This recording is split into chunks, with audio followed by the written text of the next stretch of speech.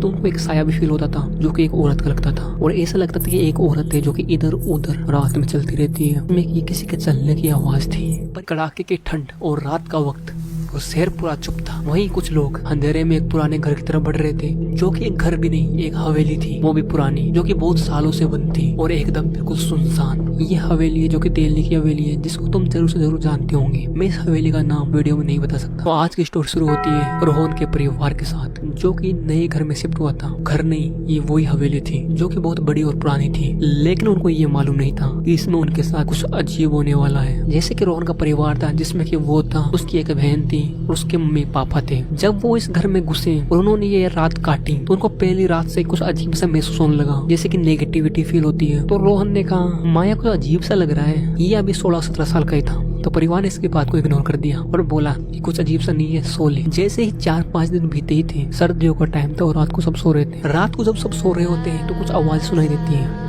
और अचानक से उनका ग्लास गिरता है। तो उसके पापा जाते हैं, उसको रख कर आ जाते हैं और वो वापस से गिर जाता है। और ऐसा ही 3-4 बार होता है। तो इसके पापा सोचते हैं कि सर्दियों का टाइम है, हवा चल रही होगी इसलिए गिर गया होगा। तो उसमें को पानी से भर देते हैं और फिर रख देते हैं और वो वापस से गिर जाता है। तब इसके पापा ज्यादा ध्यान नहीं देते और अपने कमरे में जाते हैं और यही सोचते रहते हैं रात भर कोई हवा के कारण से गिर रहा होगा। लेकिन यही चीज हर रोज होने लगी और ये गिलास के साथ नहीं, बहुत सारी चीजों के साथ होने लगी। और उनको अब कुछ अजीब अजीब सी आवाजें भी सुनाई देने लगी, जिसमें कि किसी के चलने की आवाज थी। परिवार के सारे लोग सो रहे होते हैं, तो आखिर में चलता कौन है रात में? इसी बात पर सब लोगों के बीच में डिस्कस होने लगा। सारे दिन भर घर में एक अजीब सा माहौल बना रहा। कभी कभी उनको अंधेरे में ऐसा भी फील होता जैसे कि उनको कोई देख रहा है एक टकटकी निगाहों से। लेकिन जब भी वो वहाँ पर देखने जाते हैं तो वहाँ पर कोई नहीं होता। हर दिन उनको कुछ ना कुछ ऐसा फील होने लगा कि वो अकेले नहीं रहते, उनके साथ कोई और भी रहता है। लेकिन वो थोड़ी देर बात करने के बाद वो सोचते हैं कि ऐसे मन का बहम होगा,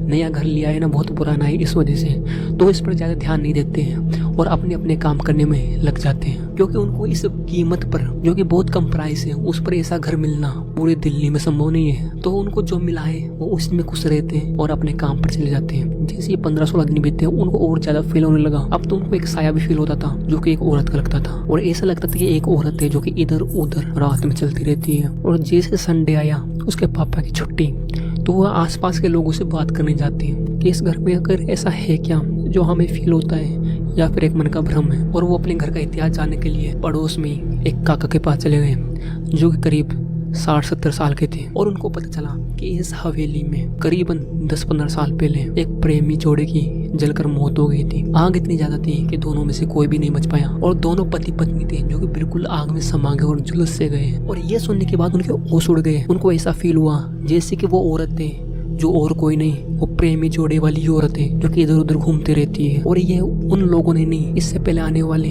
लोगों ने भी ऐसा फील किया है, उसमें कोई ना कोई तो है और वो और कोई नहीं, वो औरत ही है, जिससे कि उस आत्मा को मुक्ति नहीं मिली और वो इधर उधर ऐसे ही भटकती रहती है और वो सबको अपनी प्रेजेंस से वो फील कराती रहती है। और जैसे ज्यादा टाइम होता रहता है वो उन पर हावी होती रहती है और उनको घर से भगा कर छोड़ती है।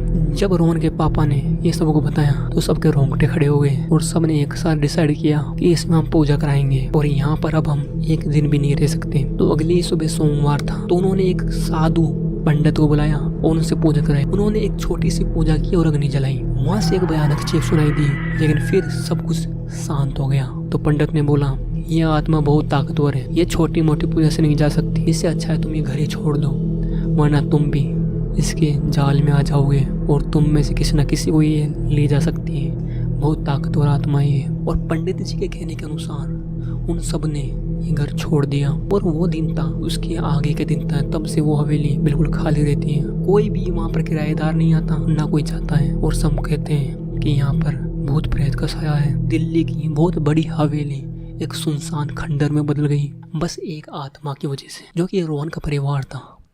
इसको इस ट्रॉमा से निकलने के लिए करीबन 6 से 7 महीने लग गए। ये घर तो छोड़ा है, लेकिन इनको भी थोड़ी थोड़ी प्रेजेंस फील होती है कि वो इनके साथ आ गई है। लेकिन ये इनका मन का प्रेम था और धीरे धीरे सब सही हुआ। लेकिन ये आज भी उन 15-16 दिनों को नहीं भूल पाते हैं। और ये स्टोरी शेयर की है मुझे खुद रोहन ने, जो कि अपनी आप बीती बता रहा है कैसे उनके परिवार के साथ क्या हुआ उस हवेली में, और वो अब उस जगह पर जाने से भी डरता है और हर किसी के साथ वो ये बात शेयर भी नहीं करता। तो दोस्तों, आपको वीडियो कैसी लगी? अगर वीडियो अच्छी लगी हो तो लाइक करो, मुझे बताओ क्या तुमने इस हवेली के बारे में कभी सुना है। तो फिर मिलते हैं ऐसे न्यू वीडियो के साथ और रोस्टिंग वीडियो के साथ। तब तक के लिए जय दादा परशुराम। जपते रहो राम नाम, होते रहेंगे आपके काम।